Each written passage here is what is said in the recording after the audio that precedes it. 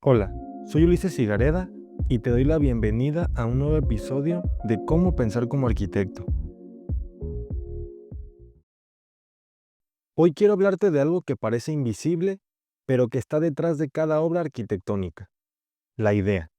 Esa chispa que da origen a todo proyecto, pero que muchas veces no sabemos de dónde viene ni cómo se forma. Porque, seamos sinceros, cuando pensamos en creatividad, solemos imaginar un momento mágico, casi místico, como si de pronto se nos ocurriera algo brillante y ya estuviera listo. Pero en realidad no funciona así.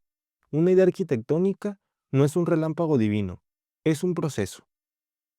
Un proceso que empieza con la observación, se alimenta de emociones, se moldea con preguntas, se prueba en bocetos, se confronta con la realidad y, poco a poco, toma forma.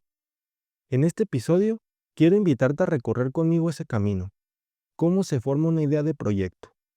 Toda idea comienza con los ojos bien abiertos. Un arquitecto observa distinto al resto. Donde otros ven rutina, nosotros vemos posibilidades. Alguien camina por una calle y solo nota los coches o las tiendas. Un arquitecto, en cambio, se fija en cómo entra la luz, cómo la gente se mueve, cómo el sonido rebota entre las fachadas.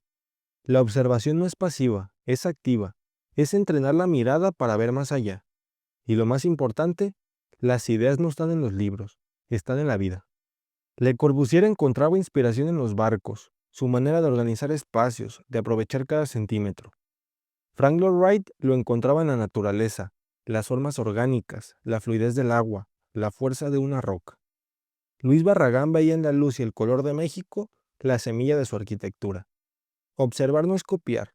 Observar es dejar que la realidad te hable. Y de esa mirada atenta nacen las primeras chispas de una idea. Pero observar no basta. La observación tiene que provocar algo. Una emoción, una sensación. Piensa en esto. ¿Ves cómo la luz atraviesa las hojas de un árbol? Eso te conmueve, te hace detenerte. Y en ese momento aparece la pregunta. ¿Cómo puedo traer esta atmósfera a un espacio construido?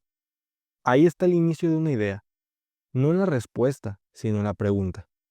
Las preguntas son más poderosas que las respuestas, porque una buena pregunta abre caminos, abre búsquedas.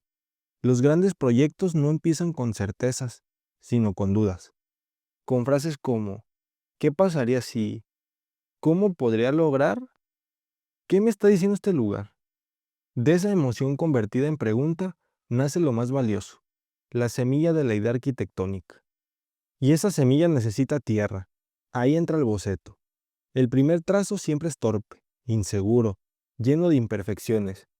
Pero justamente ahí está la magia, en esa línea titubeante que empieza a darle forma a algo invisible. El dibujo no es solo representación, es pensamiento. Cuando dibujas, no traduces una idea, la construyes. La mano a veces sabe antes que la mente. Un cuaderno de bocetos no es un archivo de imágenes bonitas, es un laboratorio, un espacio donde las ideas se prueban, se contradicen, se transforman.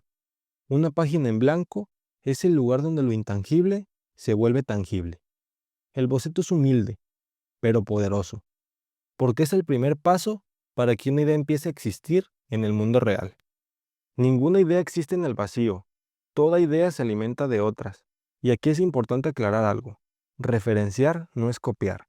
La diferencia entre inspiración y plagio está en la interpretación. Un arquitecto estudia lo que ya se hizo, analiza, compara, contrasta. Se pregunta qué funcionó y qué no.